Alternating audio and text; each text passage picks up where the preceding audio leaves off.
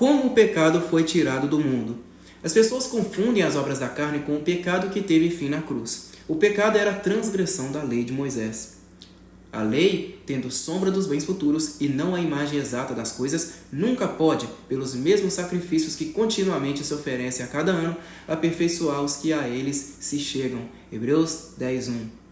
A lei dada por Moisés não era um modelo completo e fiel das realidades eternas, é apenas uma sombra das coisas boas que estavam por vir até que o verdadeiro Cristo viesse. Por isso, a cada ano, o homem sacrificava, e a cada ano voltava a sacrificar, pois o desejo de pecar ainda permanecia. A vida dos animais expiava os pecados de forma temporária. Contudo, por serem seres irracionais, o sangue deles não podia transformar o interior humano. E mesmo que a vida do animal tivesse sido restituída ao homem, de nada adiantaria. O pecado, na verdade, era a transgressão da lei. Todo aquele que pratica o pecado também transgride a lei, porque o pecado é a transgressão da lei. 1 João 3:4. Quando Cristo, o perfeito substituto, foi entregue e seu sangue foi derramado, a vida que estava nele passou a habitar no pecador arrependido. Essa vida, santa, justa e sem pecado, transforma o culpado e o liberta do desejo de pecar. A vida de Cristo agora vive nele. Isso é estar em Cristo. Sabeis também que ele se manifestou para tirar os pecados, e nele não existe pecado. Todo aquele que permanece nele não vive pecando. Todo aquele que vive pecando não o viu, nem o conheceu. 1 João 3, 5 e 6. O apóstolo Paulo também descreve o que Cristo realizou nele. Porque a lei do Espírito da vida, em Cristo Jesus, te livrou da lei do pecado e da morte. Romanos 8, 2. O que a morte e a ressurreição de Cristo trouxeram de novo? Sua morte e ressurreição trouxeram perdão ao povo de Israel, aos que se converteram a ele, e justificação eterna aos judeus e gentios eleitos. Por meio de Cristo, Deus passou a enviar sua própria vida para habitar em nós, e por isso somos filhos de Deus. E porque sois filhos, enviou Deus ao nosso coração o Espírito de seu Filho, que clama, Abba, Pai. Gálatas 4, 6. Sua morte e ressurreição nos tornaram semelhantes a ele em espírito, mais do que uma semelhança externa, uma nova natureza. Por isso somos herdeiros de Deus e cordeiros com Cristo.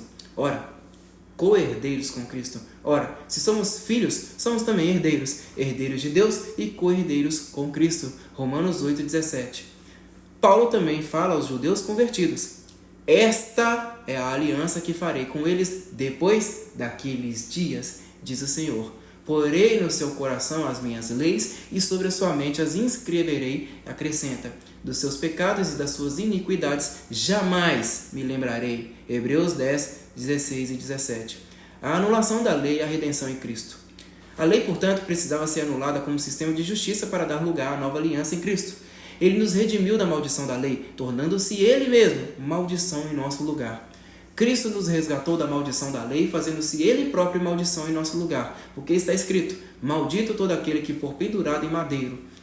Gálatas 3:13. Na carta aos Romanos, o apóstolo Paulo explica que, uma vez que Cristo morreu e ressuscitou por nós, judeus e gentios eleitos, não pertencemos mais à antiga lei, mas a Cristo.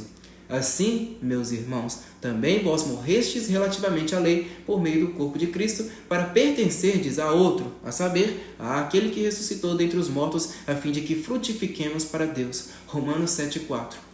Advertência de Paulo aos Gálatas convertidos. Diante dessa realidade, devemos considerar com seriedade as advertências que Paulo dirigiu à igreja da Galácia, formada por judeus e gentios convertidos. Ele os alertou contra o retorno à justificação pela lei. Nós não estamos mais debaixo da lei de Moisés, mas da lei de Cristo. Gálatas 6:2. Devemos viver como verdadeiramente livres, como aqueles que foram libertos da antiga aliança. Caso contrário, se tentarmos nos justificar pelas obras da lei, estaremos nos separando de Cristo e caindo da graça. Para a liberdade foi que Cristo nos libertou. Permanecei, pois, firmes e não vos submetais de novo ao jugo de escravidão. De Cristo vos desligastes, vós que procurais justificar-vos na lei. Da graça decaístes. Gálatas 5, 1 e 4. Conclusão: a plenitude está em Cristo.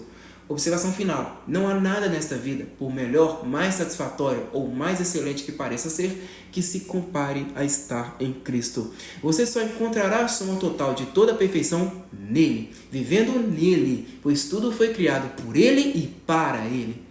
Porque dele, por meio dele e para ele são todas as coisas. A ele, pois, a glória eternamente. Amém. Romanos 11, 36. Nele habita corporalmente toda a plenitude da divindade. Também nele estáis aperfeiçoados. Colossenses 2, 9 e 10.